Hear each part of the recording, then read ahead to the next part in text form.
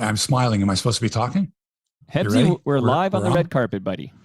Hey, welcome everybody. Episode 260 of Hebsy on Sports. Going to get going officially in 8 minutes, maybe less. Stay tuned. Mark Hebsher, Toronto Mike over there. I'm trying to look this way into my computer screen. Even though Mike is here on my screen, I'm trying to look this way so that it looks like we're talking to each other. Because little magic, little video magic. I was going to say, once a television star, always a television star. Trying my best. Do you have a tweet to put out and then I'm going to retweet it? Yes, sir. I'm going into get the tweet right now. Okay. Hey, I don't know if Gord Miller watches this show, listens to this show, but whether he does or doesn't, good job, Gord, getting it out there. Not too many people with, 250,000 followers are going to do a 4 or 5 page thread about changing the name of the award given to the Canadian Athlete of the Year. Right? I don't think Gord has any, I don't want to say he doesn't have any skin in the game. I don't know. But obviously, he heard about this, something we've been talking about for years now, and others. Gord has any, I don't want to say he doesn't have any skin in the game. Again, because I'm upstairs and not in my studio, the only way I can test that our live stream is working is to do it on the same computer you're coming through. So it's okay. We sound good, but for a few seconds you hear yourself like in a 7-second delay. Mm-hmm. So continue with the Gord Miller. Although you should save this fire for the recording, but right. Please continue. I was used to that when I had a talk show on CKEY. We had a dump button, 7-second delay in case somebody went, fuck. Right. So if they did that, in my ear, I would hear the automatic correction come out. I would hear, and that word would be eliminated or bleeped. And then you would hear yourself a couple seconds later after the delay took effect. Right, exactly. That just happened right there, didn't it? Yeah, exactly. So we do allow swearing on this program, though. But this is to confirm that the Hebsy on Sports fanatics will hear us loud and clear on your YouTube channel, and I'm going to tweet the link at you right now. All right, do that. So yeah, today's show, well, look, got a lot in it. A lot to cover. A lot of unanswered questions. It's always the best. When you tie up the loose ends, all right, that's done with. That person's been convicted, or that score has been settled, or that suspension has been handed down, or that game's over. But when there's still these questions surrounding, certain issues, like the one coming up now, you had Damian Cox on your show and specifically asked him about that, and the fact that he is following up, to the best of my knowledge, anyway. Doing his research as he should do to determine as to whether this is a thing that needs to be addressed right now. I have a demo update. The name on the trophy. I have a demo update when we're recording the podcast, and when we get to this chat, I have a very, very up-to-date update, which is from the Department of Redundancy Department. But I have some news for you on that front. I'm very excited about it. I'm going to quote your tweet. Breaking demo news. Please join us. I'm actually telling you people what the tweet is. Okay? I don't know what else. What else did you say in something? I'm retweeting a tweet about my show. Right. You are retweeting a tweet about your own show, which is very meta, but very necessary. And the Lou Marsh story, I'm going to save my fire for the podcast because most people hear the podcast. But I have some kudos for you, and I did read something in the Canadian Jewish News yesterday, which I retweeted. And you subscribe to the Canadian Jewish News, don't you? They wouldn't let me. They said I didn't. No, that's not true. You got that all wrong. See, it's the other way around. Oh. We have to be the most inclusive people because we were excluded from just about everything. Well, a lot of my friends like yourself and Mark Weisblot and Ralph Ben-Mergy and even Michael Posner, who I just had on the show talking about Leonard Cohen, are featured on Canadian Jewish News. So I feel like I need to be all over that. I need to know what's going on. Yeah, it's good. It's good. And you're welcome anytime in any what you consider to be a Jewish-only stuff. There is no such thing as a Jews-only place. I kid. I understand because, you're the most inclusive. Think of the restrictions that were laid. Right. Right. And I would suspect, I can't be sure, but I would suspect there are other cultures that had been excluded from, general society that open their doors to anyone. Come join us. Be part of us. We'd love to educate you. We'd love to have you as part of the fold. Right. It's not unlike when someone comes to Canada and you go, boy, can Vladdy play for Team Canada in baseball? Sure. Like, we want you to be part of us. Any little experience you might have had. Like Rick with Fox. Canada. Rick Fox was playing for Team Canada. Meghan Markle was a Canadian for however long she was here shooting the show Suits. Right. No, but I mean, we adopted sort of her. Toronto was like, oh, yeah, she lives in this neighborhood. We've seen her shopping. Hebsy, we adopted the Vice President of the United States. Yes, exactly right. We, come to Canada. We love you. We ready to go here? You're the boss. I always naturally wait for 9:20, but it is 9:18 if you want to rock and roll. Why is that, do you think? 9:20? Do you think people might just tune in right at 9:20 to catch the start of the show? Hey, let me say hi to Junk Food Junction and Moose Grumpy and Gordon Enright and Daniel Finkler and Mike Kerr and Andrew Jeeves. I don't see any Gene Velitis yet. I'm sure he'll show up for 9:20. But let's rock and roll, buddy. You ready to go? Okay. Sure, folks. If you're ready, I'm ready. Let's do it. All right, here we go.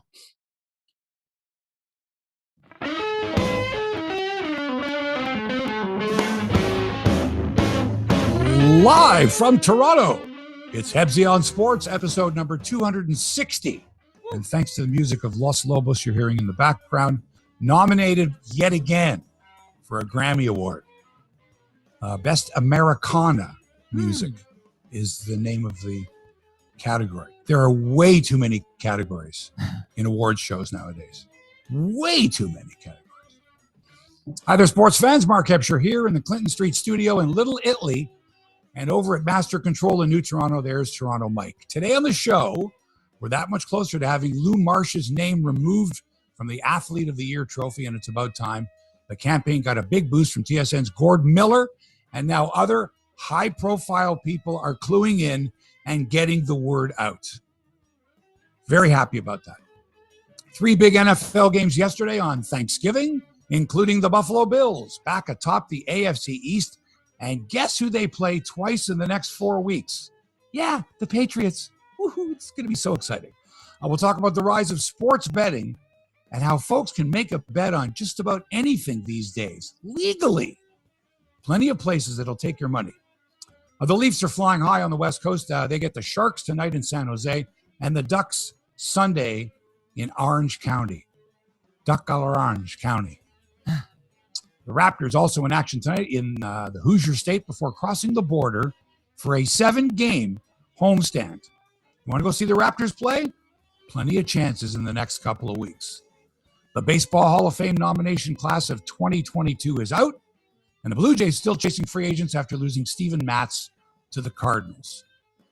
He said he was going to go home to the Mets, and then apparently his agent screwed the Mets, suckered them in, and the Mets are pissed. They're pissed at Steven Matz's agent.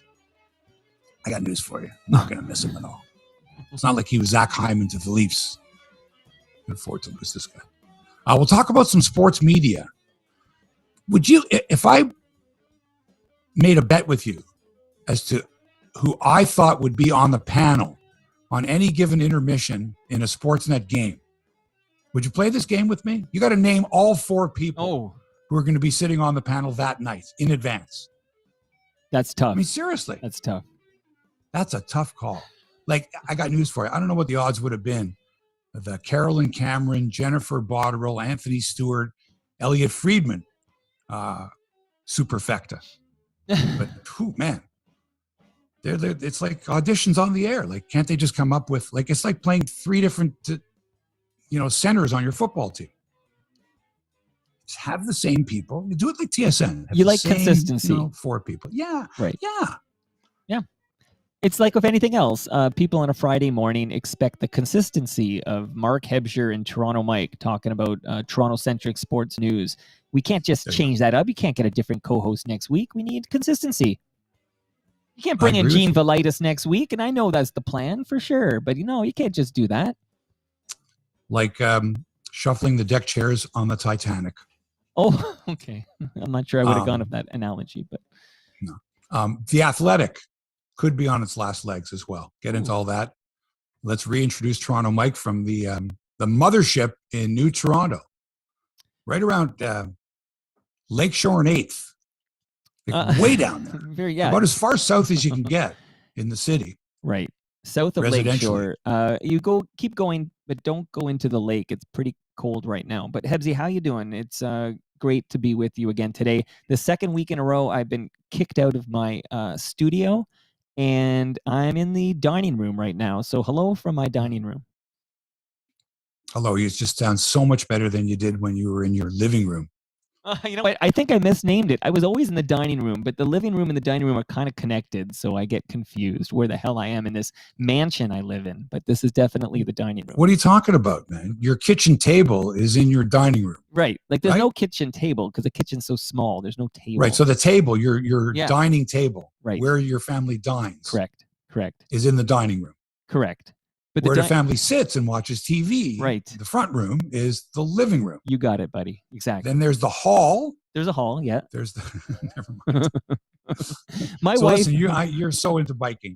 Yes, I'm into biking, but not nearly like you. But I started running again. Oh, good for you. And I stepped on the scale, which was a mistake, of course. But when you have to let your belt loop out one notch, right? It's not good. Right. So I think the pandemic took its toll on me. I know it did. I got on the scale, 210. Have not but been you're that a tall heavy man. in a long time. You're a very tall Doesn't man. matter. It does matter. I have an ego. I'm like, all right, I got to get back into shape. Before the pandemic, I was going to the Y 3-4 times a week. Right. And I haven't been back since because you have to make a reservation to go in there now. You can't just drop by. So I started running again. And I bought a great pair of shoes. And I love running in these shoes. It's almost like I just got to get into these shoes. Wow. What kind of shoes in fact, are these? I bought 2 pair. What are they? The same shoes. I learned this from Nick Kiprios. Yeah. Who's a runner. He said it's always good to have 2 pair, the exact same. Just switch them up. Good for the tread. We need to know what kind of shoes these are that get you out there running. These are Sauconys. Sauconys. Okay. Good stuff. I'm not going to grab them and pull them up. But anyway, they're great. They're so comfortable that now, even when I go for a walk in them, I want to run. So I started running again. And I'm now running 40 minutes. Wow. 4 miles. So Torontonians might just see Hebsy run by them on Toronto streets because you're got this great route. Yeah. Okay. Yeah, it's good. Up Clinton, along Harvard to the end of Harvard, which is Ossington. Right.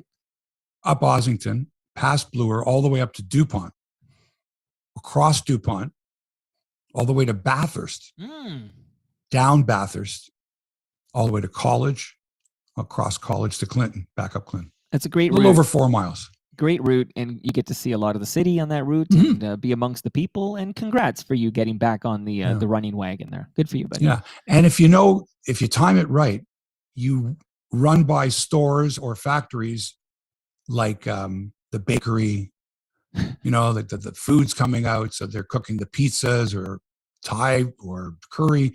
So I get all these wonderful smells if I go, late in the morning. People are making lunch. They're baking stuff. You got to go to Dundas and Sterling. That's where you get that Nestle chocolate factory. I know that when I'm biking that, I get that wave of chocolate. Yeah, I don't go that far west, but maybe I will. I'll change my route up eventually. But this one's a good one so far. And just, your 210 that's triggered this. Remember, 210 on a Hebsy man who's, I don't know what you are, 6'3" or 6'4". You'll tell me. But that's not the same as a 210 on a Toronto Mike who's 5'9". Like, it's a very different distribution. I don't want to be above 200. Right.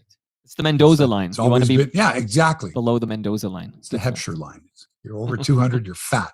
You're under 200, you're not fat. I'm just anticipating the message on the live YouTube stream of Gene Velitis telling us he thought this was a sports podcast. That's inevitable here. Stay in your lane, right?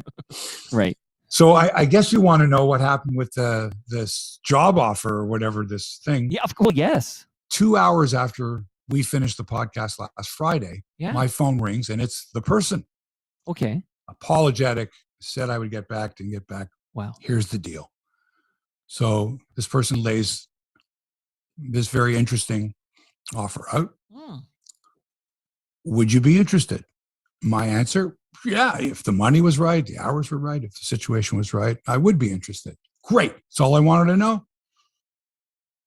Give me a couple of weeks. This will be great. Okay. That's where we're at now. Okay. That's exciting. Like, it is. This was an offer that you didn't refuse. I don't know if you couldn't refuse, but you didn't refuse from this unknown person who's a person in power in the Canadian sports media world. Is that fair to say? Correct. This is very exciting. Keep us posted. It sounds like you're being sent to Capital City. This is like when the Dancing Homer was recruited to be the Capital City mascot. It's an inside Simpsons joke for the Simpsons reference for the Simpsons fans. But this is a big deal, and I'm excited to hear the details. Yeah. I'm not losing any sleep. It could be wonderful. My only thing is, will it have an effect on this show? Right? When you're on mainstream media, can you still maintain your position in the podcast world? Now you have my attention. Now you have my attention. No, I don't know, Mark. You say fuck on your podcast. We can't have that. That's sort of like, you can't wear an earring on the air. Well, yeah, yes, I can. But in this case here, like, it's not like I need this, whatever this job ends up being. I don't need this. Mm-hmm. I'm perfectly happy where I am right now. It would be lovely, but it's got to be right. And if it's going to take away any of the freedoms that I have now, it defeats my whole purpose in life, which is to be able to say what's on my mind without fear of reprisal. Right. Well, this is a money thing, right? Like, there's a certain level of compensation that makes all that sacrifice worth it. So, and you're right. That's what it comes down to. How much work's there going to be, and how much money is it, and can I go back to that life of earning good dough, but sacrificing my freedom? Well, I can't believe that there might be an opportunity for you on mainstream media after all those conversations we've had about how you're never going to get a gig in mainstream media. And Ross Peterson wants to know if you're going to be the fifth guy sitting on the desk between periods at Sportsnet. No comment. Stay tuned, everybody. This is exciting. Show. We'll get an update. It's not my area of expertise, breaking down hockey. Let's break it down. Let's break down this goal by Connor McDavid. Right. All right, there he is there. He goes around one. He goes around another. He skates really fast. Right. He gets to the outside. He flips the puck over the goalie's shoulder. What a great goal. All right, thanks for that analysis there, Mark. That was terrific. All those years of watching hockey games. Great to have you on the panel. No. That's exciting update for you. I also want to just tell the listenership, in case you're going to be modest about it, although I doubt you will be, but I retweeted a link to the Canadian Jewish News yesterday. You wrote a long-form article in which you basically reiterated all the things you've been saying on this show for years about the Lou Marsh Trophy. You don't even like to say the name Lou Marsh, and how you believe it should be named after somebody more deserving. Terry Fox. It's a natural. But there is a Terry Fox Award. That's the only problem. Timing couldn't be better. Instead of having a trophy named after someone who was narrow-minded, bigoted, intolerant, and an influential man at that, why not name it after someone who was uplifting, courageous? I could not think of a greater athlete, attempting to run across Canada with one leg. Right. But Damien Cox is basically, his thought on that is that name is taken for another humanitarian award. There is a Terry Fox Award for humanitarianism. So he doesn't believe that's available. But I'm sure you can come up with a name. Right. Let me put it this way to you. I have not heard and thanks, by the way, to Gord Miller of TSN, who tweeted out, and he's got 250,000 followers. Many of whom, I'm sure, didn't know the background of Lou Marsh. No idea. Why should I start delving into Lou Marsh? Just the name of a trophy. But now that we are paying attention to what things are named after, schools, streets, how about awards too? Right. While we're at it. Right. And so this isn't a cherry picking exhibition where it's like, oh, there's a quote that Lou Marsh had. There's one thing he said, but all the other stuff was great. No, he apparently was a wonderful man. He was the one who started, I think, the Star Sportsman's Corner, the Santa Claus Fund. Oh, right. Is it So he Jim was a great Proudfoot? man when it came to being a good community guy. But the fact of the matter is that some of the stuff that he wrote just it did not advance humanity, right? It didn't make people better. It didn't make them think more clearly, or, he was influential.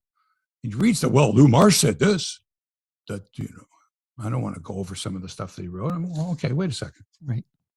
He called an Italian runner an olive-hued macaroni eater.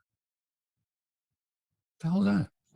And then in consecutive articles, he writes, Tom Longboat, the great Onondaga runner, Longboat must be handled, not trained.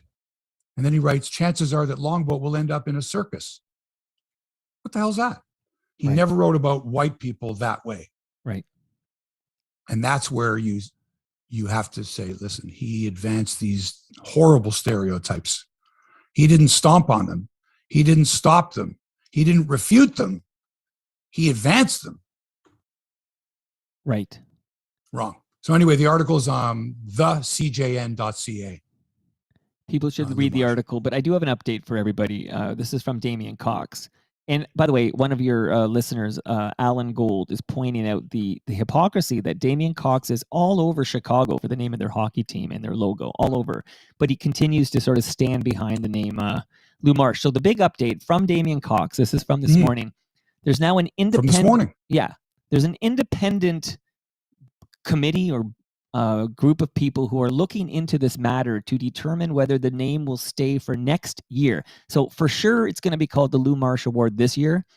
And this independent group is looking into whether, so Lou Marsh will definitely be the name this year, the one they're about to name, I guess. And then next year, it might change depending on the results from this independent review. That's the, so Damian says it's with an independent review. He's hands off. They're going to look into it and determine whether it gets changed for next year, but it's not changing this year. So here's Damian Warner, the defending Olympic decathlon champion from London, Ontario, read my book.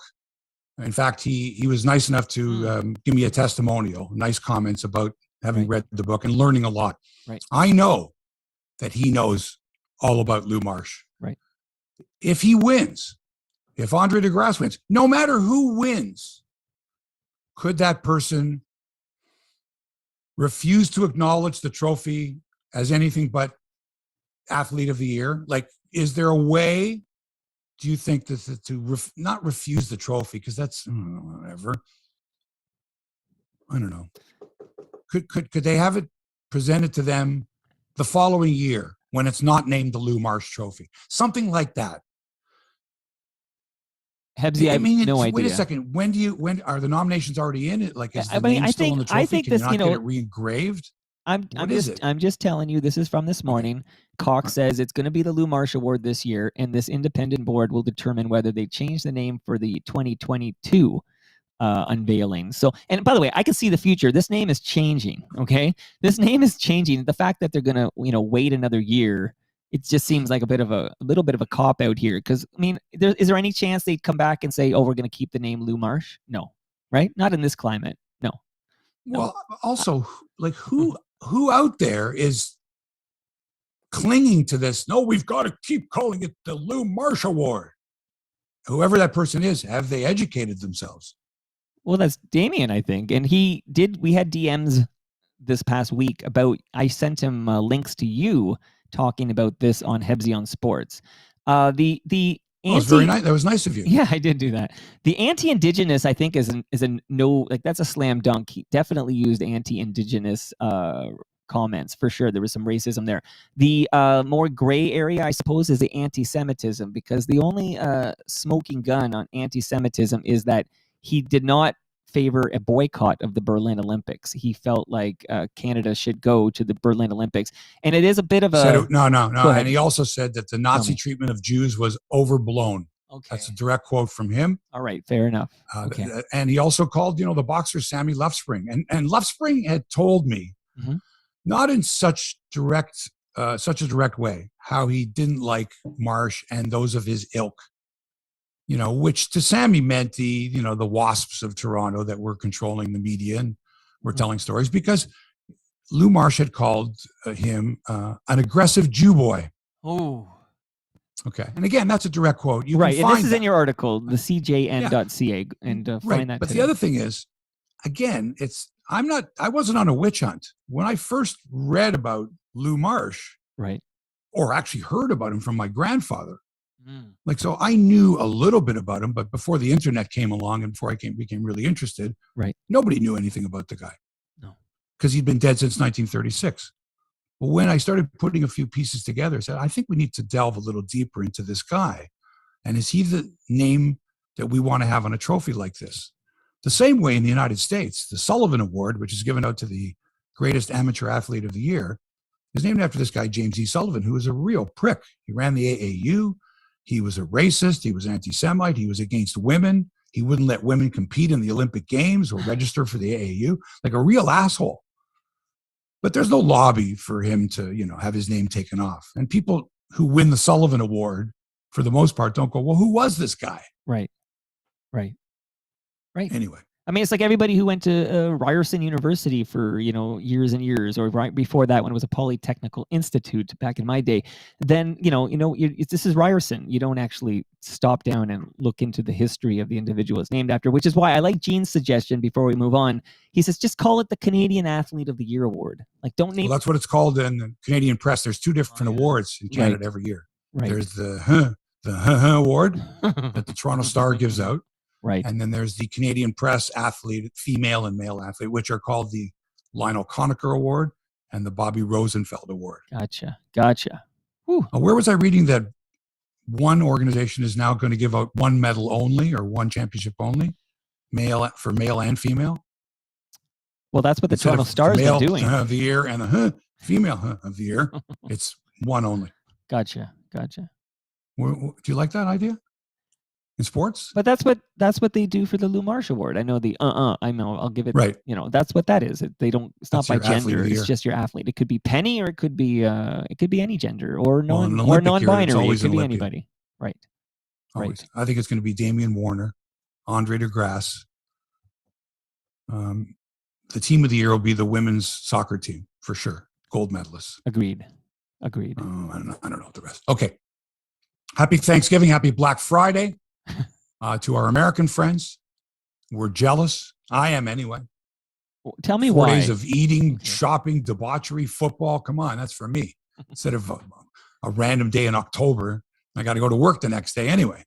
But Hebsy, you probably had 4 days of gluttony and football, and why not just do both?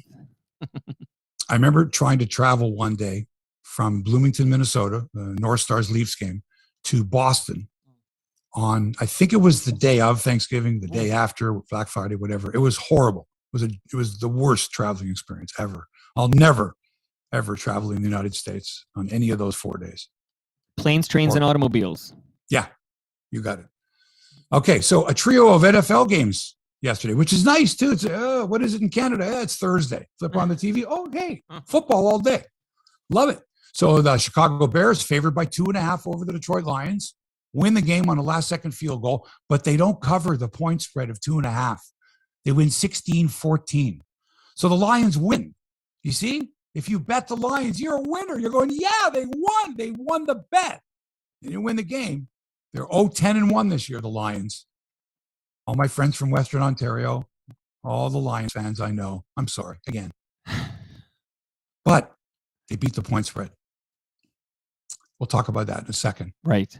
The next game, an absolute thriller, as the Dallas Cowboys, America's team, in front of over 93,000 fans, came back to tie the Las Vegas Raiders 30-30 late in the fourth, but the Raiders got a 29-yard field goal from Daniel Carlson in overtime, giving them a 33-30 win. But Dallas was a 7-point favorite. If you bet the Raiders, not only did you cover, but you won the game outright. Good for you if you bet the Raiders. And the final game of the day The up and down Buffalo Bills absolutely throttle the Saints of New Orleans. 31-6, the final, as the Bills easily covered the 7-point spread. Josh Allen, 23 for 28, 4 touchdown passes. Bills are now 7-4, tied with New England atop the AFC East. And guess who's coming to Buffalo for a big game a week from Monday night? The Pats. That's right. The New England Patriots and the Buffalo Bills in Buffalo on a Monday night in December. Ooh. Wow. And then 2 weeks later, on Boxing Day, or 3 weeks later, they meet in Massachusetts. Massachusetts. Well, how do you pronounce it? Massachusetts. Not two How do you say it? Massachusetts. You're asking me how to pronounce a word. Hebsy, you're asking me how to pronounce a word that no one's ever done that before. Massachusetts. That's because my dad always said Massachusetts. And, once that gets in your head. Right. It is whenever it came up. Right. Like I would say, hey, Boston. He'd go, you mean in Massachusetts? Massachusetts. I think there's a chew in there. I choose you. Think of the Bee Gees. One of their great hits. Before they got to the falsettos. That was pre-falsetto. You know what? Still one of my favorite bands. Sure. I don't care. Hit after hit after hit after hit. Oh, I know. No argument for me. But it is once he discovered he had that falsetto, all the songs kind of leaned on that. Pre-falsetto, you had songs like that. True. Yeah. Okay, you may have noticed lately that every single game, any sport, the point spread is part of the introduction. It's part of the banner, whatever. You look at the game, you look at the matchup, the point spread is there. And that's because there's never been a better time to become a gambler than right now. If you had no interest at all in sports, and someone says, come on, we're going to sit in front of the TV for a couple of hours or watch a stream, and we're going to make a bet on the game legally. We're going to make a bet. Maybe we're going to bet 3 games together in a parlay. Maybe we're going to bet whether the quarterback throws a touchdown pass in the first quarter or not. Maybe we're going to bet on how many points are scored in total, or who was the first guy to fumble, or whether Justin Bieber shows up at the game or not. You can make a bet on anything these days. Have you noticed all the commercials on TV? Oh, yeah. Everywhere. Sports betting. They reached out to me, Bodog. Hebsy, can you do some videos for it? Pick a Sunday night football game of the week. Okay, I can do that. These people are just itching to come. Just bring us on over to the website. Come on over here and make a bet. Look at what we got. You want to make a live bet while the game is going on? We'll give you odds. Seriously, the other night, Pittsburgh was like 1,100 to 1 or something to win late in the game. Okay, they ended up losing, but there was someone out there that probably went, that's a pretty good odds. And it was 110 to 1, I think it was. Right. You can do that. You can make a bet on Korean baseball at 4:00 in the morning. And a lot of people I know that could not have cared less about sports, never had interest in sports. Wild horses couldn't drag them to a game, to sit in front of the TV to follow a game. But now, if you say, hey, you got a little action, right? You could win some money. Well, Hebsy, this has always been the case, my friend. March Madness, for example, my wife never watches NCAA basketball, whereas I always liked it ever since I fell in love with the Fab Five there back in the day. But, you get her in a pool and she's all over every game, and it's like you watch it together and she's rooting for her picks in the grid or whatever. Yeah. It adds a greater interest to the game. Now, if you're already a diehard fan of that team, or you love sports for the purity of it, which I do, don't get me wrong. Right.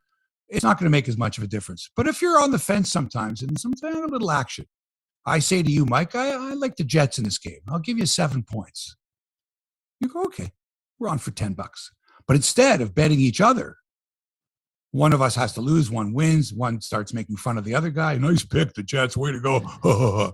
Instead, we bet independently. We bet with, Proline or Bodog or DraftKings or whatever. We make our bet there. And then together we watch the game, and it's not as personal. Whereas before this, you'd have to make a bet with your bookie. Now, for those who don't know, and I grew up with these types of people, when I say bookmakers, it was not legal to accept bets from someone in order to make money. If you were just betting straight up, we're betting $10 on the game with the point spread. It's you and me, fine. But if I'm doing this for a living, I'm taking what's known as the VIG, which is the 10% commission on any losing bet. In other words, if you bet $100 with me and you lose, you owe me $110, right? If you win, I owe you $100. Right. You understand? Yep, totally. So I grew up with that. Actual bookmakers. These were guys that had pads and pads of paper with the bets on them. And they were flash paper because if the cops busted in, there was a raid, they just light them on fire and they go up in smoke like that. Wow. And there was no evidence of the bets and therefore no evidence to prove that they were running an illegal bookmaking operation. Wow. So I know all about this. I'll tell you about a friend of mine. I was 9 years old. We're over at his father's house. We're over at his house watching a football game on a Sunday afternoon. You know, it's late in the afternoon. And his father is sitting watching the game, not saying much. And the team, I forget, I don't even remember what team, last play of the game, misses a field goal. And the father took off his shoe and fired it at the television and smashed the TV. I was 9 years old. And I just remember going, it was a football game, not knowing that he had a lot of money on the game, money that he didn't have. You know, found out later on in life that, he had a gambling problem. Anyway, so that's what I know. That's your and I also know that, the world of horse racing. Back that was the legal sports gambling back in the day, right? At the horses. Pari-mutuel betting, yes, at a racetrack that was the government took their share. And now the government's doing it again. They realize how much money is involved, and instead of that betting money going elsewhere, offshore, whatever, keep it here.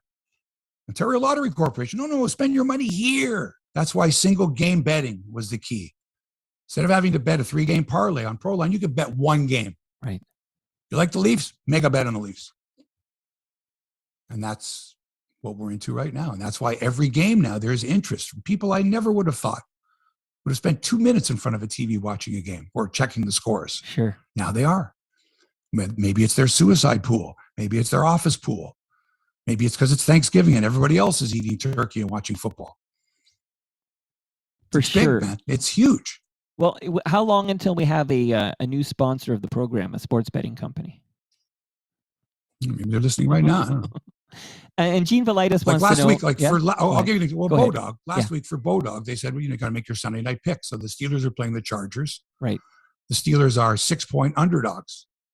They don't know if Roethlisberger's going to play or not, but still, I'm like, Chargers aren't that great. So I said, take the Steelers and 6 points, which means the Steelers could lose, but as long as it's not by more than 6 points. Right. Or they could win the game outright. So I like that. So I'm watching the game and they're getting their asses kicked. The Chargers are they're killing them 24-6 or something like that. I turned the game off. About an hour later, I turned the game back on. The Steelers are driving for the go-ahead touchdown with a couple minutes to go. Wow. They've come all the way back, and now they take the lead. And I'm going, this is great. Anyway, they end up losing the game by 4. And my girlfriend's like, it's too bad about the Steelers. I said, no, they won the bet. Right. She goes, no, but they lost. I said, no, but they won the bet. They only lost by 4 points. Right. They beat the spread. The spread was 6. I was getting 6 points. Oh, man. Oh. Oh, man. What's the odds on you taking that mainstream media gig? Give us a current betting line. So. There's no betting line because there's no offer. I have nothing to gauge it against. How much money is it? Right. What are the hours like? Right. What are my commitments? And is there a way to negotiate something else, or is this a firm, sure, money and hours offer? Getting way too far ahead. I'm dying to know what this is about, by the way. But KM, it could be an executive position. They said, look, we need you to run this. Okay, these kids don't know what they're fucking doing. We need you. I have no idea. I honestly don't know. Like a guidance counselor. Hey, KM remembers knows? the early days of when Proline first let you bet on international soccer. They had that instance where the betting would close at 12 p.m. local time, but the games actually were over before then. So some savvy people could find out the scores from Italy or whatever, and then That didn't last long. No, it didn't last long. I think it was one weekend. That's like or past something. posting. Right. Actually, I'll give you a great story. When I worked for CKFH, yes, the race results from Woodbine and Greenwood would come in via a coupler. That's a phone line, right, that directly would go into this tape recorder, which would tape the announcement on the phone.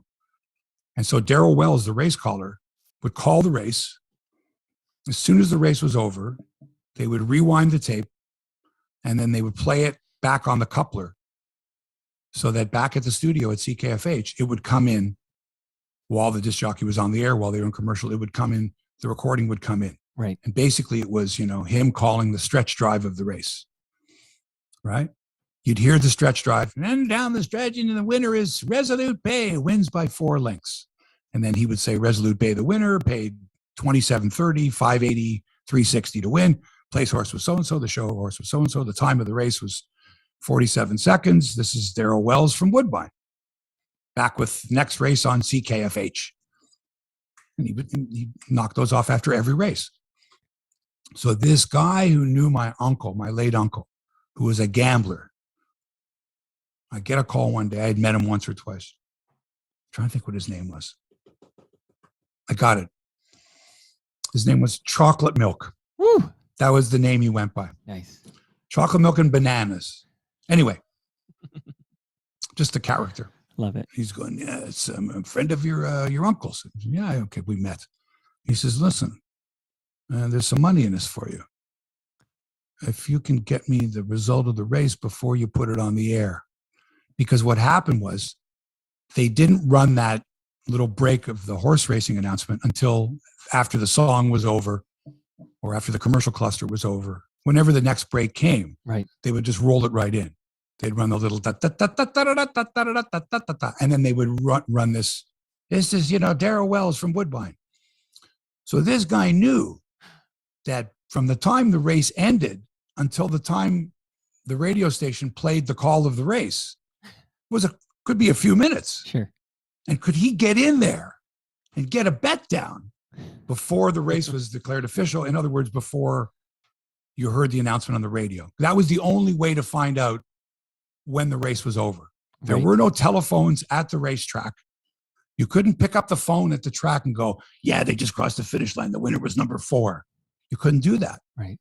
No phones allowed. No way of communicating to the outside world who had won the race. So this guy's basically strong-arming me, saying, get me the result. Right. And some money. I said, I can't do that. And then he would call again, a couple days later. You don't want to mess with these people, Hebsy. He'd up the money. And I just remember going, holy cow. And I'm talking, this guy was offering me like $500. This is years and years ago. Right. $500 to do what? To listen in while it comes in on the coupler, find out what the result was, and give him the name of the horse. It's tempting, Hebsy. That's tempting. That's against the law. Are you kidding me? But people think of things like this. Oh my. Trying to get the edge. Gamblers are always trying to get the edge. Okay. A suggestion. On Netflix is a series called Bad Sport. 2 words, Bad Sport. Episode 1 deals with point shaving at Arizona State University, their basketball program. Phenomenal story. But there's also an episode about the 2002 Olympic pairs figure skating. Sally and Peltier. Right, of course. Do you remember the controversy? We were, the Russian judge, I think it was. Was it Russian? Phenomenal documentary. Okay. There as well. So the series is called Bad Sport on Netflix. Really good stories. Check it out. Okay, the Maple Leafs in San Jose tonight, fresh off a 6-2 triumph of the LA Kings at the Staples Center. And in case you couldn't stay up late, and really who can these days? The Leafs had their finest offensive output of the season Wednesday night. I watched it the next day on YouTube. The invisible man, Pierre Engvall, had a goal and an assist to lead the way. Rasmus Sandin, 3 assists. Jack Campbell, 30 saves for the win. Austin Matthews scored. And they had this big thing about Justin Bieber. Bieber was at the game. Did Bieber go down to the dressing room? They got like Mark Masters of TSN on the Bieber beat. It's cute. Sure. Because let's face it, I mean, it's good that Justin Bieber is a Leafs fan and is friendly with, Matthews and Marner. Bieber is to the Leafs as Drake is to the Raptors, maybe. All right. I'll take that. Who has more money, Bieber or Drake, do you think? It's close. They're both very Think wealthy. so? I think it's close. They both a lot of streams and a lot of. I think maybe Drake is a bit more, but they're both doing quite well. They're two of the Do you top think the 5 two of them guys in the together world. could buy a team?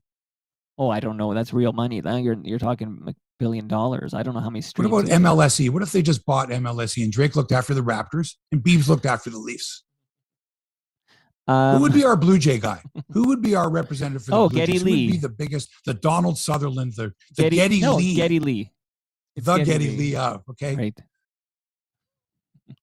Yeah, I don't know. Would you rank Geddy Lee up there with Justin Bieber? Well, it's different. It's hard because in this new streaming era, there's obviously no comparison, but Geddy would sell out, he did well too, right? Global phenomenon. All 3 of these people we're talking about, by the way, are not Canadian or North American stars. They're global stars. Like they're as big on them in Germany as they are here. So all of them. Who's our top female star worldwide? Well, it used to be Celine Dion. Like Celine Dion would be the big Who do we one. got? Celine Dion is a big one, Massive. Right? Shania Twain was very big for a long time. Pretty good. Alanis Morissette was a big deal for a while. Avril Lavigne? Well, lesser Sarah so. McLachlan? No, like she's a big deal too in terms of, but not like those other 3 we talked about. I think Celine Dion might be number 1, is my feeling. I'd say. Global sensation. Vegas would.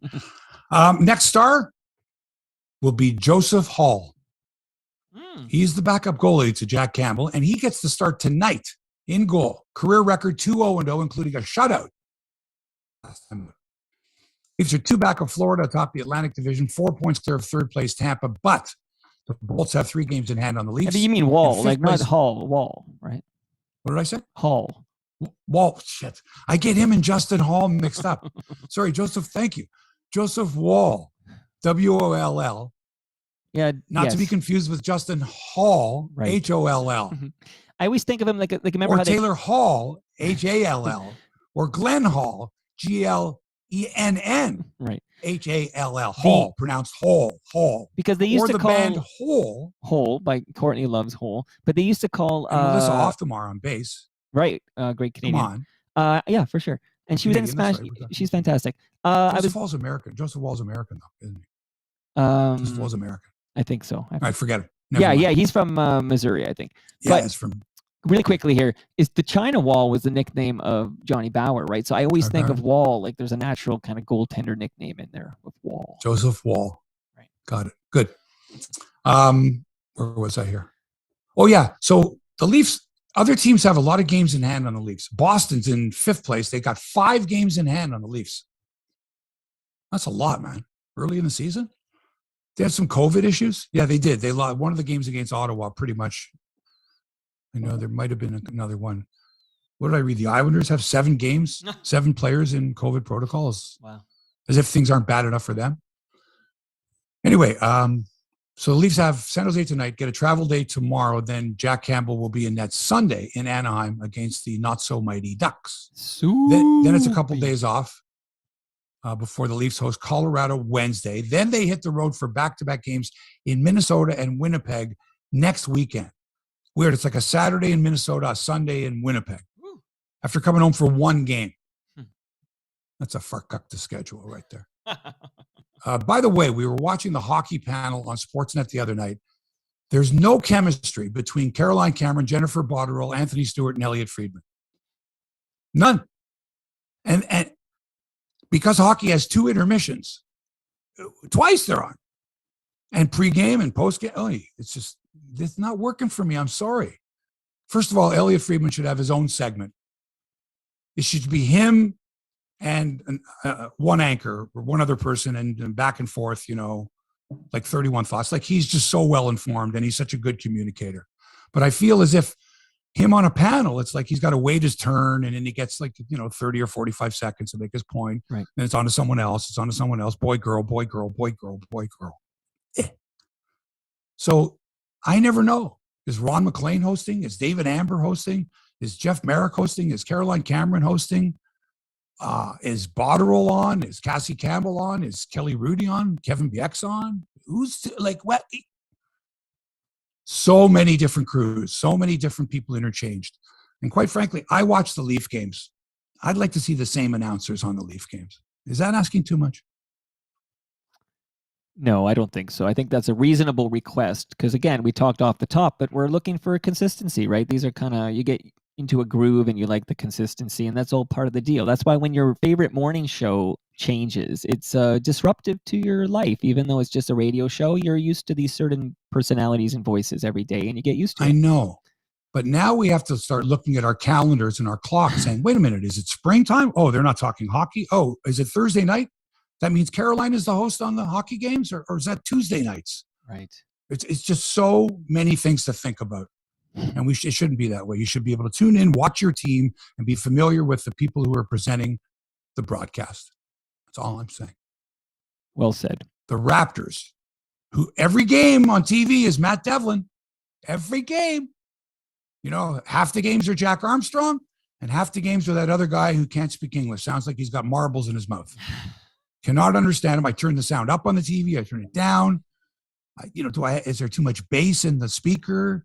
And So I you can't miss Leo. understand what the other guy is saying. You're Give me Leo back. Yeah. You're missing Leo. on. Okay. He'll be happy to hear that. That's what it is. You didn't know how good you had it with Leo until he's not part of the broadcast. You're 100% right. So we got the Indiana Pacers tonight. Both teams struggling to get their heads above water. Rapids are 9-10. Pacers 8-12 this year. That's good for 12th and 13th in the conference, but that doesn't mean shit because this field is so tightly bunched. Listen to this. The Nets are in first place, 14-5. Best team in the league. But after that, the Heat and Bulls are 12-7. The Wizards are 11-7. The Hornets 12-8. The Bucks 11-8. The Knicks 10-8. The Sixers, Hawks, and Celtics are 10-9. Like it's anybody's conference. It's wide open. Maybe for Brooklyn. Brooklyn does have the class of the field. But come on. All the reps have to do is get a little winning streak together. Oh, and by the way, after tonight, 7 consecutive home games. You want to go see your team play? 7 games in a row, my friends, at the Scotiabank Arena, starting this Sunday against the Boston Celtics. And after that, it's Memphis, Milwaukee, Washington, Oklahoma City, the Knicks, and the Sacramento Kings. Time to make some hay. Time to make some hay. Going back to the hockey real quick, because a bunch of people chimed in on your YouTube channel, which, by the way, podcast listeners, we're live every Friday at 9:20 on Hebsy's YouTube channel.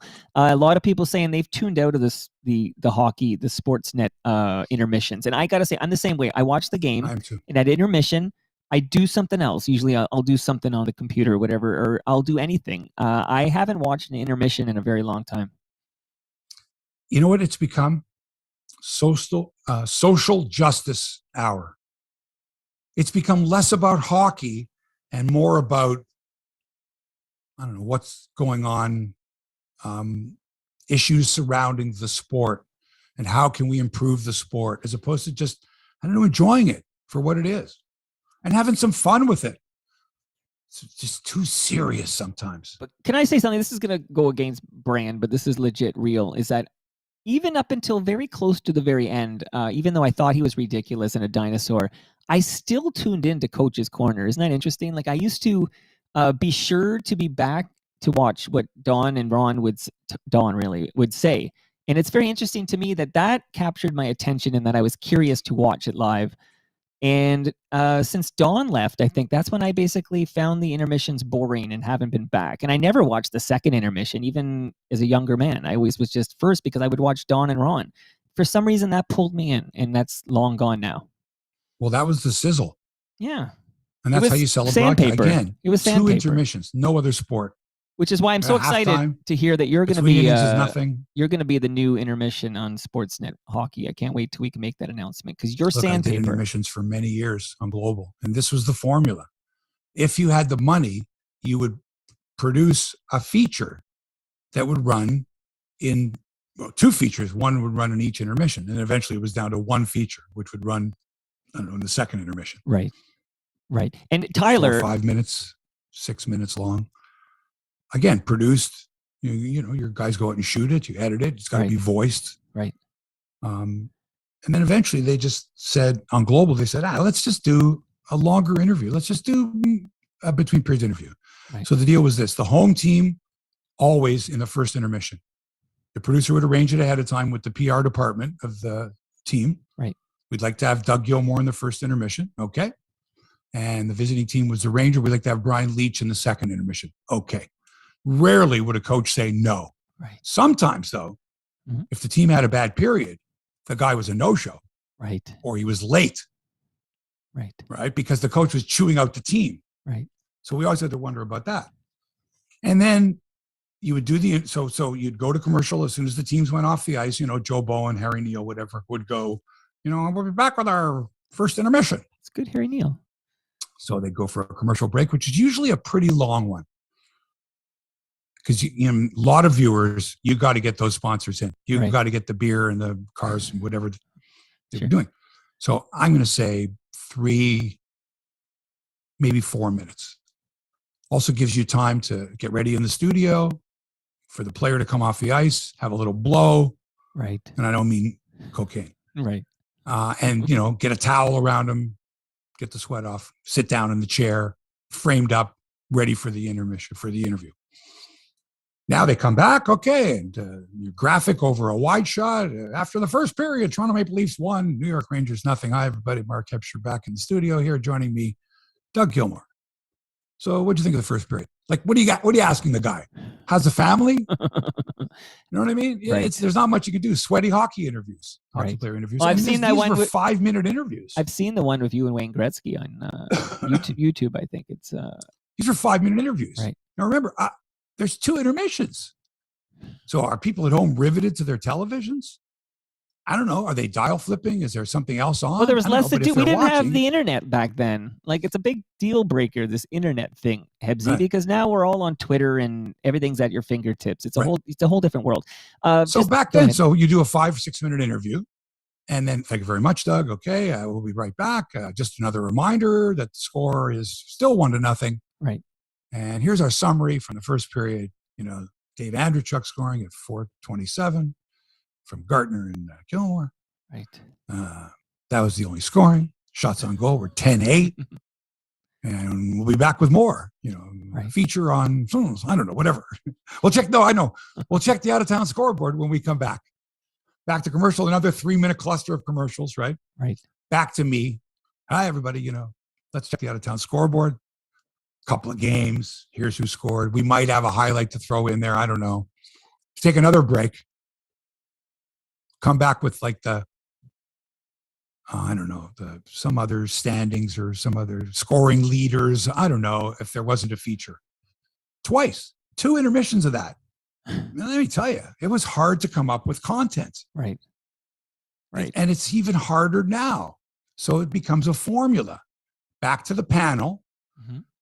Couple of minutes for each one here. I don't know, it was 8 minutes in total for the segment, let's say. Maybe you throw to another panel, or you throw to Kyle Bukakis or Sean McKenzie rinkside for an interview that they had taped when the guy came off the ice. Right. Like as soon as that guy came off the ice after the period, boom, 2 questions from Sean McKenzie or Kyle or whoever's doing it. And that's it.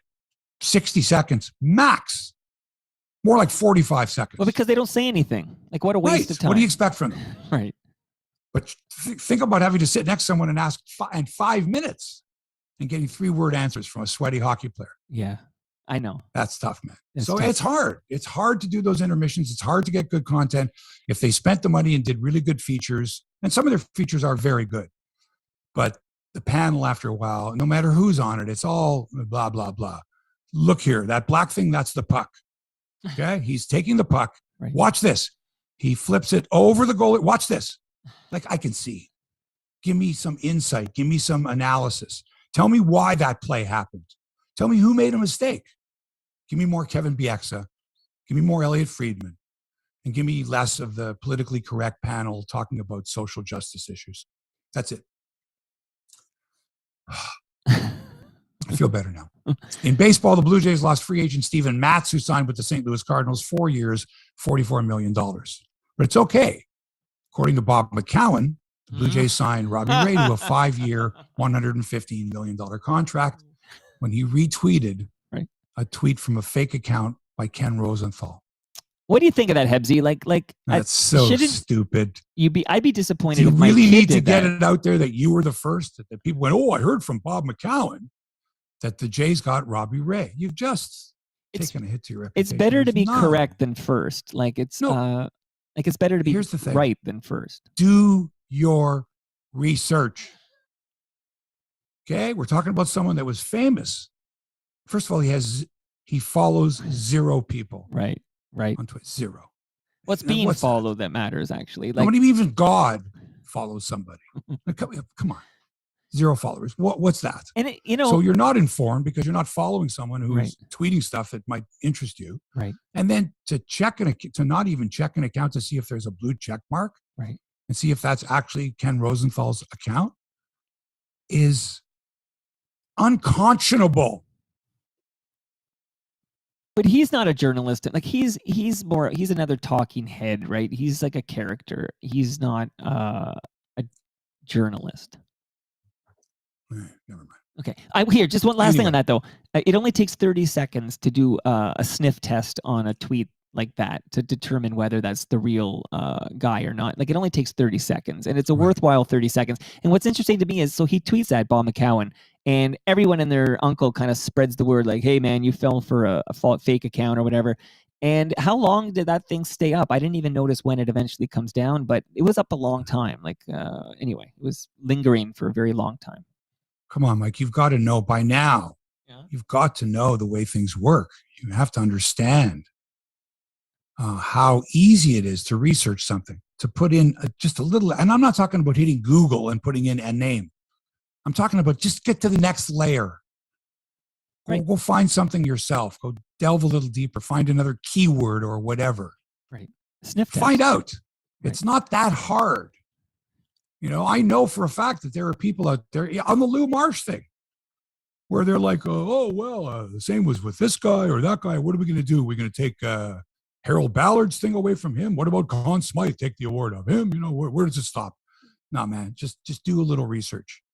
You can do it. It's not hard nowadays. It was a lot more difficult back in the day. Who knew anything about Lou Marsh? There was no internet. You would actually have to go to the reference library. Yeah, you have to go to the microfiche. Yes, sir. Interesting. 2022. So come on, it's not that hard. Not that hard. Newspaper, it's the easiest thing in the world. Right.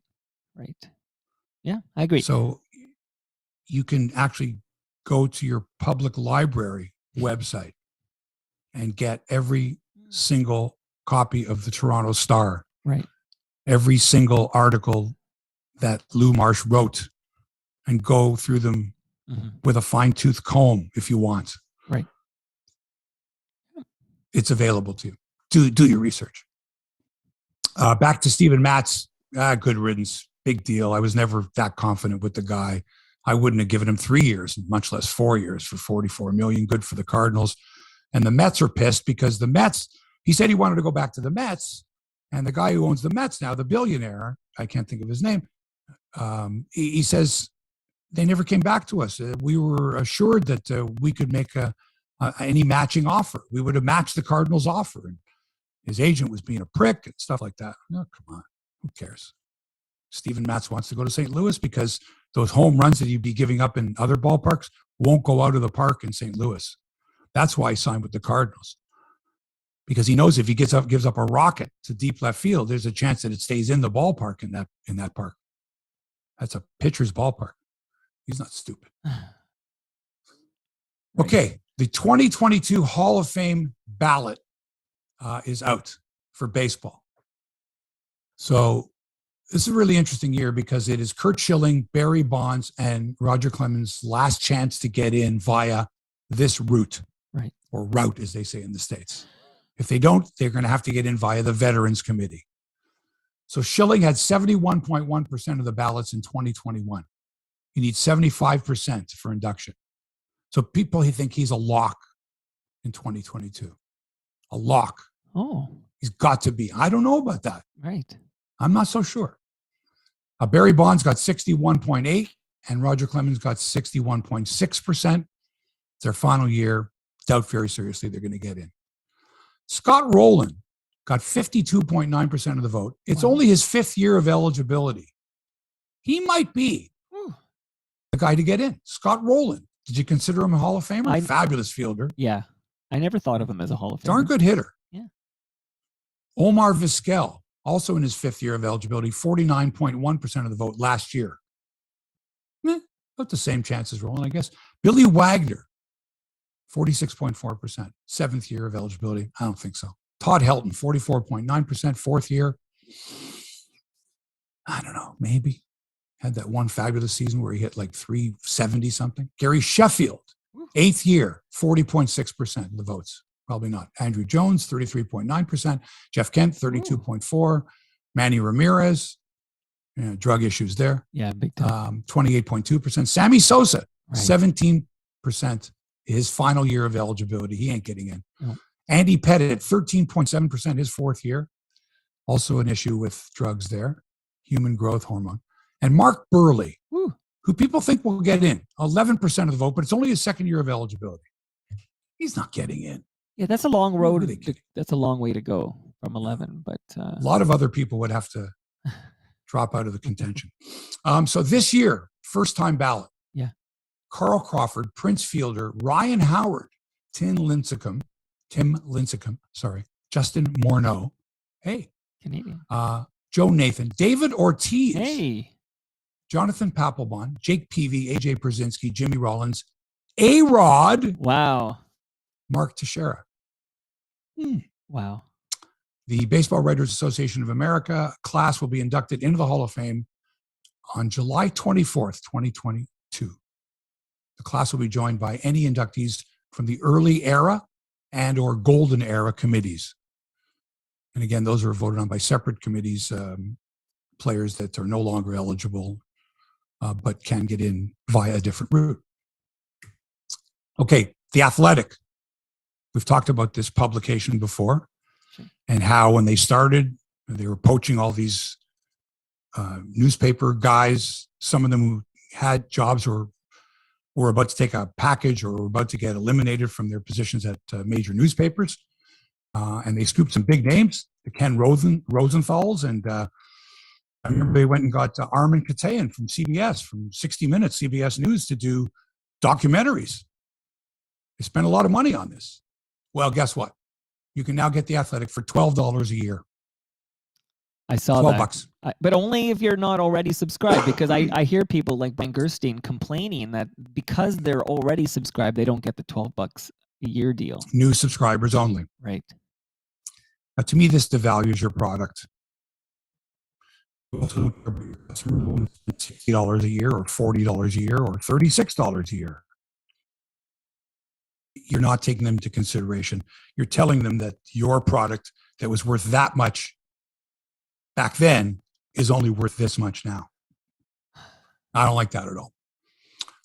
It's a good deal, though, if you consider that it's about $200 a year for the Globe and Mail, right, and about $150 a year for the Toronto Star for their full digital and weekend delivery. Like you get the newspaper on the weekends, and then you get the digital copy all the time during the week. Let's face it, some people spend $12 at Starbucks in the morning, right? Yep. Right. So it's great. But again, what are you getting for it? And since they're in trouble, they've only got 1.2 million subscribers. They're looking for new ways to make money, because the way the sports landscape is now is not the way it was when they started this. The gambling websites alone are offering all kinds of information, and they're putting ads in their content rather than asking for subscriptions. So this $12 a year for your subscription, well, that's not going to make you that much. But if you can insert ads in as well, right, there's another stream of revenue which you desperately need. You need 4 to 5 million subscribers. Right. The Athletics raised nearly $140 million from a range of investors, but word has it that they only have enough cash to cover their needs for the next 8 months. So they had me for a few years at full price. Then they started offering massive discounts. Now they're down to $12 a year. I was paying $60 a year. I inquired, could I get the new rate? I'm told no. Right. I could have let my subscription lapse, then get the new rate for $12, but I think they've devalued their product. I'm not going to pay the $12, especially since the coverage that I want, they're not providing. Ever since they let John Lott and Andrew Stoughton go, their baseball coverage, their Blue Jays coverage, that's what I want. I don't care so much about their national baseball coverage. It is great. They've got great writers, but I'm interested in Blue Jays. That's why I'm paying for this subscription service. And even if I do have it, I don't want to see ads. The reason I pay for a subscription is so I don't have to see ads. Isn't that right, Mike? That's the way it should be. Yeah. It's like they're double dipping. Like either serve me the ads or charge me the subscription, but not both. Yeah. Like for years, CBC has been able to get away with getting public funding and still selling ads. Wow. What a concept. You think if HBO tried that, the people would stand for it? Fuck no. Well, no I ads. pay for the subscription, no commercials. That's the deal. I pay for the subscription, no commercials, no ads, which means on HBO shows, well, there's a lot of product placement. Different. Because they can't sell ads. Right. So they got to find other streams of revenue. Right. Right. Why can't we do that? Like, can you imagine? No, man. Yeah. You know, they're talking about putting ads. And first of all, their podcasts are shit. The Athletics podcasts are shitty because they don't have real broadcasters. They got writers who think they're broadcasters, or people think they're interesting to listen to. And they're not, no offense. But some of these people that I hear podcasts, it's not jealousy, believe me. Right. They're not interesting to listen to. You've got to sound interesting. I hope I'm not boring you. Blue Jays coverage, I pay for Andrew Stoughton's Bat Flip newsletter. I pay for it. I used to subscribe to The Athletic, but they're not giving me what I want in coverage. So I got to go somewhere else. I'm happy to pay it if it's good material. So $12 a year, good for you. Go The Athletic as long as you're getting what you want. I'm happy for you, but just the idea that they're considering selling ads and charging you, it's only $12 a year. Tell you what, give us $12 a year. It's $1 a month. Okay? That's point whatever cents per day. Let us put some ads in. We'll wet our whistle. We'll double dip. No. Your product is worth less now. It is. You need more subscribers. Or you need to make more money. How are you going to do it? And continue to serve your subscribers with good content. Doesn't look like you can do it to me. Okay, not much happening in the world of golf this weekend. And in tennis, Canada got bounced by Sweden in the opening round of the Davis Cup. They won all 3 matches as Steven Diaz and Vasek Pospisil lost their singles matches. Then Pospisil and Braden Schnurr lost in doubles. No Chapo, no Felix, no chance in this competition. Makes it very difficult for us to advance out of Group B. What else, man? I think that's it, baby. I think we're done. Hebsy, that's a lot. And I want to just give you kudos, though, because you're the first guy I ever heard talking about whether the Lou Marsh Award should have that moniker. You're the first guy when you did that years ago on this very program. And suddenly, when Gord Miller discovers it and others, it's a hot topic. But once again, you're ahead of the curve, buddy. Good for you. Yeah, my friend Simon Dingley also direct messaged me. He said, I had no idea, did not know this about Lou Marsh.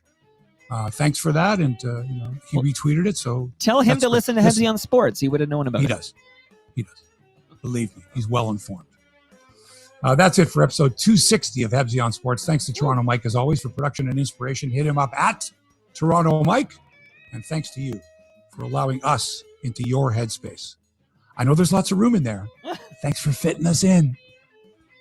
Back with another episode of Hebsy on Sports next week. Until then, so long for now.